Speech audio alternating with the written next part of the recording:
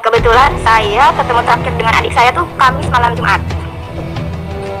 Di sana tuh tumben sekali, itu memang beda. Adik saya tuh salaman dengan ibu, dipeluk, dia minta izin, mah doain deh dia. Itu tumben banget. Biasanya dia nggak mau dipeluk karena mungkin udah gede, merasa malu. Dan akhirnya, oh ya udah, mau kemana, mau ngawal Habib ke Megamendung. Di hari Minggu itu saya lupa, Sabtu malam Minggu atau Minggu malam Senin itu sempat video call dengan kami, dan itu sehat, dia senyum, lagi ngapain, udah makan atau belum. Lalu ketika di hari Seninnya tiba-tiba ada tim Laskar datang ke rumah, menanyakan Davi udah pulang belum. Itu bertemu dengan ibu saya karena saya sedang di rumah lagi mengerjakan. Terus belum, kan Davi mengawal. Oh gitu, ya udah ibu ke pertaburan dulu yuk. Buat apa? Di situ saya bingung ya. Kebetulan di handphone ada notifikasi berita, saya baca, saya langsung kepikiran adik saya teleponin, terus saya WA-in, terus kok nggak ada kabar, ini kemana? Dan itu berita masih simpang siur, kami tidak tahu kebenaran itu seperti apa. Dan untuk dibilang lukanya itu subhanallah itu seperti ditembak jarak dekat, karena saya tidak ikut memandikan, karena memang kan kalau dalam Islam memandikan kalau misal laki-laki dengan laki-laki, dan itu kebetulan ayah saya ikut memandikan. Ayah saya cerita sambil berderai air matanya, sambil, oh ini benar-benar luka tembak itu tidak ada 3. Di punggung itu luka robek seperti diseret. Di jidat ini ada biru seperti dihantam senjata api, yang belakangnya saya kan nggak tahu ya, jadi senjata itu seperti apa. Di belakangnya ini biru, tapi alhamdulillahnya muka adik saya itu bersih, karena mungkin tidak dipukul di muka, hanya dihantam di badannya 3, di belakangnya itu robek, sampai dikafankan pun darahnya masih mengucur. Subhanallah, itu buat kami sangat luar biasa ya. Itu benar-benar seperti pembantaian yang berarti kan seperti tidak ada perlawanan di sana. Jadi seperti yang diberitakan kan bohong. Itu yang membuat kami, ya Allah, ini saya udah nggak bisa berkata-kata lagi. Itu aja Bu? Ya. Selanjutnya keluarga Lutfi, silakan Pak. Ya Pak. Jadi pertama-tama hari Kamis anak saya mau berangkat pamit. Itu Kamis sore, minta ridhonya saya mengawal Habib sama uminya, begitu juga. Insya Allah saya ridhoin, yang penting jalan yang benar. Anak saya juga nggak pernah bawa senjata apapun, pisau juga nggak pernah, apalagi pistol Pak. Terus itu berangkat. Lalu hari Minggu siang jam 14.00 saya chattingan. Jawabannya, alhamdulillah saya sehat, saya belum bisa pulang kurang tahu kapan pulangnya.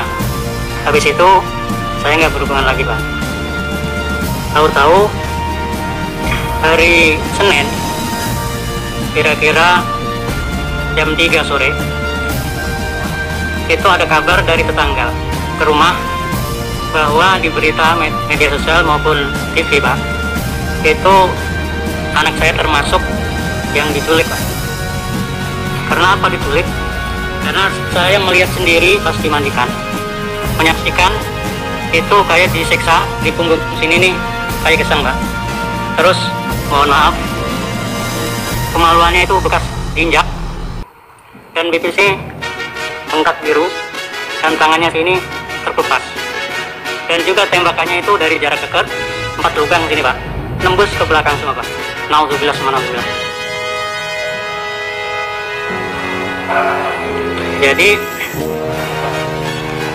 kulitnya juga yang di belakang sama yang sini tuh agak terkelupas, agak lebar. Jadi yang saya ketahui itu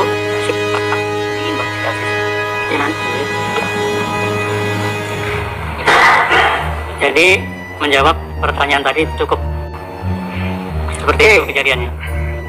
Selanjutnya kiri saya, siapa yang mau bertanya? Padang kan mulai orang tua Pak Lutfi, almarhum Lutfi. Iya, terima kasih. Sampaikan bahwasanya barang-barangnya itu KTP pun nggak ada, KTP pun nggak ada, apalagi HP atau tasnya. Biasa itu anak saya bawa tas yang kecil itu buat HP dan lain-lainnya. Jadi KTP pun enggak, atau pakaian juga enggak. Yang keduanya, tadi ada ancaman dan macam-macam Pak? saya cuma curiga kecurigaan saya sendiri jadi kayak terancam. Jadi banyak wartawan yang tidak jelas gitu, atau orang yang tidak jelas mau menanya yang macam-macam. Tapi insya Allah saya berteguh bahwa saya nggak akan menjawab di situ walaupun ada ancaman apapun. Itu, terima kasih. Oke, silakan yang mewakili almarhum Kadafi, silakan. Pertanyaannya ada dua, Bu. Ada barang almarhum Kadafi nggak? Yang kedua, ada ancaman nggak? Silakan. Ini juga yang akan saya tanyakan sebenarnya pimpinan. Kami keluarga tidak diberikan barang-barang Kadafi, handphone, tas, dompet, sama sekali. Dan kami juga kemarin semalam sempat saya tanyakan, ini apakah memang ada barang-barang yang diberikan? Agar kami bisa tahu ya handphonenya, karena di handphone itu juga kan pasti ada foto kami keluarga dan yang lainnya. Lalu untuk ancaman, untuk sampai saat ini alhamdulillah memang tidak ada. Namun sama seperti yang diinformasikan Bapak Lutfi, kami merasa resah karena ketika ada kemarin pada saat di hari Senin kami kan sekeluarga di pertaburan semua, itu banyak orang yang datang bilang dari A, B, C untuk menanyakan, sadar menanyakan, melihat-lihat di sekitar rumah. Itu sangat meresahkan, apalagi kami satu keluarga itu wanita semua, hanya ayah saya saja laki-laki untuk saat ini. Itu yang saat ini dikeluhkan oleh kami. Gimana kalau misalnya nanti ayah saya nggak ada di rumah, di sana hanya wanita saja, lalu dari banyak orang. Ada ancaman nggak, Bu? Kalau ancaman secara langsung tidak ada, tapi hanya ada sekitar melihat, menanyakan seperti itu, pimpinan. Oke, terima kasih, Bu ya. Terima kasih.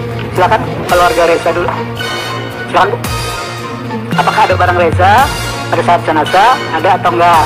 Yang kedua, apakah ada ancaman terhadap keluarga Ibu sesudah peristiwa ini? Itu pertanyaan Pak Santoso. Untuk barang Reza nggak ada, tidak ada yang dipulangkan. Untuk ancaman alhamdulillah belum, hanya saja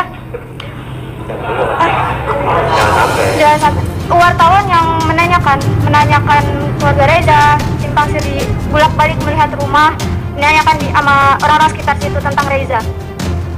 Karena kita juga resah, sama saya seperti Kadafi. Saya laki-laki di rumah hanya satu, abang saya. Saya di rumah berempat, perempuan satu balita. Kami hanya merasakan resah. Terima kasih. Terima kasih. Keluarga Andi, silakan Pak. Ya, terima kasih Pak Ketua. Sebetulnya sama Kak, ya, dari teman-teman semua perwakilan, nggak ada satupun barang yang saya terima ya, punya almarhum. Bahkan itu masih aktif loh Pak. Iya, saya bingung itu masih aktif loh. Nah itulah, coba kalau bisa itu barang-barangnya itu dikembalikan seharusnya Pak. Ya. Untuk ancaman saat ini sih enggak, cuman banyak aja yang nanya gitu Pak. Sama lah, jadi bikin resah juga gitu. Terima kasih Pak. Terima kasih.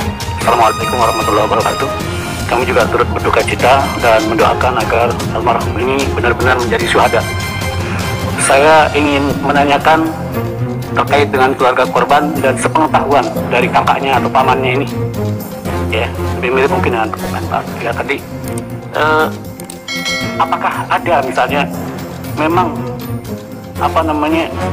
ada semangat sedemikian rupa ingin mohon izin karena saya akan habis-habisan bertarung atau seperti itu. Juga pertanyaan saya adalah apakah ada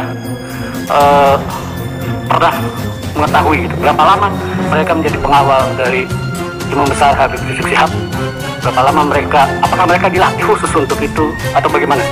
Ini perlu kejelasan kami sehingga clear kalau ada sebutan ini itu, meskipun di dalam Undang-Undang Dasar 1945 udah lewat lah, yang jelas kita sudah tahu semua bahwa itu adalah hak untuk mendapatkan perlindungan itu memungkinkan.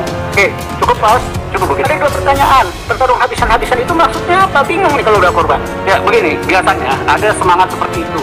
Bertarung sama siapa? Ya, bertarung sama siapa? Ya barangkali karena keinginan untuk pembelaan, karena ada gambaran bahwa Habib Rizik Syihab itu mendapat ancaman yang luar biasa. Karena itu, apakah memang hal itu sudah menjadi program tertentu untuk habis-habisan di dalam hal ini? Saya ingin mengetahui. Bahasa yang paling Mungkin ada bahasa jangan Komisi 3, bahasanya itu sudah tidak netral. Ya Pak Us ya. Ya ini bukan komisi lucu-lucuan sama komisi lain.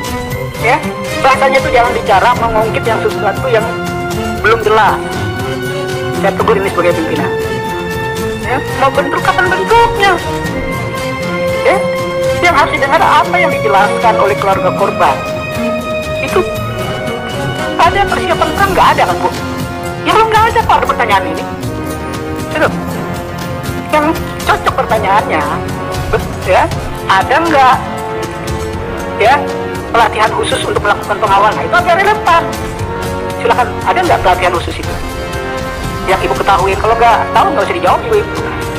Ya, permisi Bapak Ketua. Silakan. Saya hanya klarifikasi ya, karena begini. Itu tadi saya sudah terangkan bahwasannya ini rombongan imam untuk mengaji keluarga. Ya, datang di perjalanan jam 10 itu untuk rombongan keluarga diiringin dua mobil laskar depan, dua di belakang. Seperti itu. Ya mungkin udah pada tahu. Jadi ini bukannya perang. Bukannya perang. Ya, kalau perang semua bawa senjata, Pak. Ya. Gitu. Yang kedua tadi untuk mengetahui laskar pasukan khusus ya, saya kan itu nggak ke situ ya, nggak tahu ya. Nggak tahu apakah khusus apa. Mungkin khusus itu maksudnya khusus pada saat itu yang ditugaskan oleh imam. Ya. Gitu, Pak. Dan masalah pistol ya. Sekarang begini Pak logikanya. Pistol kayaknya udah tahu harganya berapa pistol mungkin ya. Laskar ini, pejuang-pejuang Islam ini sukarela Pak, dengan nurani. Mau beli baju aja pakai cicil, apa ya Pak ya. Sekarang di mana bisa ada punya senjata seperti itu? Iya Pak, seperti itu. Saya dibebaskan. Memang kita mau bubarkan negara ini? Kan tidak. Yang saya pahami, Habib tidak mau bubarkan agama kan? Gitu. Ini